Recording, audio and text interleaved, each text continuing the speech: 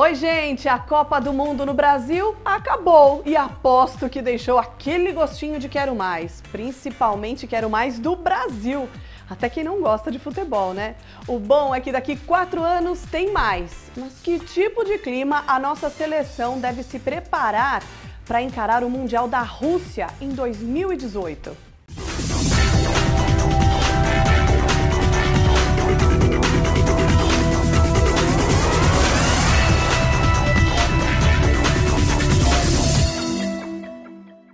Pois é, a Rússia foi a escolhida da FIFA para sediar a Copa do Mundo de 2018. Será o primeiro mundial realizado no leste europeu e olha que os russos tiveram uma concorrência pesada, hein? Eles venceram a disputa contra a Inglaterra e as conjunturas da Bélgica, Holanda, Portugal e Espanha. Bom, só pela vitória nas eleições da FIFA já dá para perceber que o país é um gigante, mas quem explica melhor as grandezas da Rússia pra gente é o geógrafo Carlos Batista. Conta pra gente, Carlos.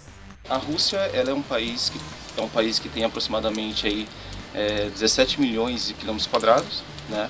É o maior país do mundo e está localizado na porção norte do grande bloco continental conhecido como Eurásia, ou seja, um bloco continental formado pela Ásia e pela Europa. Mais de 75% da Rússia é pertencente à Ásia e pouco menos aí, né, de 25% à Europa. A Rússia ela ocupa a 8ª parte de tudo que é terra, né, no nosso planeta. A Copa do Mundo da Rússia será realizada em 11 cidades-sede. E elas também são distantes uma das outras, assim como aconteceu aqui no Brasil. Então, a FIFA dividiu os estádios em 4 polos. Na região central do país, onde fica Moscou, a capital, e que deverá contar com 2 estádios. Tem as sedes do norte, que serão São Petersburgo e Kaliningrado. Tem também a região conhecida como Volga, que tem, olha, 5 cidades, tudo com nome esquisito. E tem as sedes do sul, que estão Sochi, que inclusive foi sede nas últimas Olimpíadas de Inverno, e Rostov-de-Don, além da cidade de Ekaterimburgo, que é a única que fica na porção asiática da Rússia. Um monte de nome esquisito, não é? Mas nós ainda temos muito tempo pela frente para aprender todos. Mas você sabia que é importante conhecer a geografia dos locais para entender melhor o clima da região? É isso mesmo, geografia e clima têm tudo a ver. Por isso que nós teremos mais uma vez a ajuda do Carlos.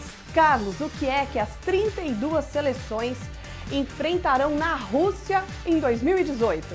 Como grande parte dos jogos serão realizados na porção europeia do país, né, a grande característica dessa porção é uma grande planície, né, que é a chamada planície da Sarmática. Essa planície, a planície da Sarmática, ela tem uma variação aí, em média, né, que entre 100 a pouco mais de 150 metros de altitude em relação ao nível do mar. As diferenças de latitudes elas são muito mais marcantes do que, por exemplo, as características do relevo em si, né? E é daí que a gente vai ter possivelmente vai ter uma grande variação de temperatura durante os jogos. E realmente, a variação de temperatura será uma das variáveis climáticas que mais deverá chamar a atenção na Copa do Mundo em 2018. Afinal de contas, quando se pensa em Rússia, se pensa em Sibéria, muito frio, não é mesmo? Mas em junho e julho é verão no hemisfério norte, mas não é bem assim não é como o verão aqui no Brasil. Isso não quer dizer que vai fazer calor. Por exemplo, na região de São Petersburgo, a média de temperatura máxima é de 21 graus. Já na região de Moscou, o verão tem os termômetros em torno de, no máximo, 23 graus, ou seja, não sobe muito a temperatura nessa época do ano.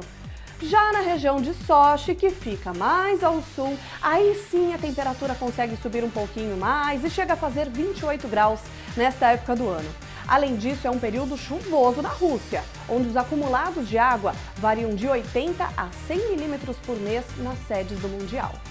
Bom, gente, o No Clima do Esporte fica por aqui, mas semana que vem tem mais. A gente vai trazer informações sobre outros esportes e como o clima pode influenciá-los. Até lá! Gente, já está dando aquele friozinho na barriga por causa do primeiro jogo da semifinal da Copa do Mundo. E que Copa, hein? O Mundial aqui no Brasil teve o maior número de partidas que foram para a prorrogação nas oitavas de final, desde que essa regra foi implantada em 1986. Mesmo assim, não faltaram gols. Até agora, apenas as Copas de 98 e 2002 viram a rede balançar mais vezes do que aqui no Brasil. Será que o clima de inverno brasileiro animou os atacantes?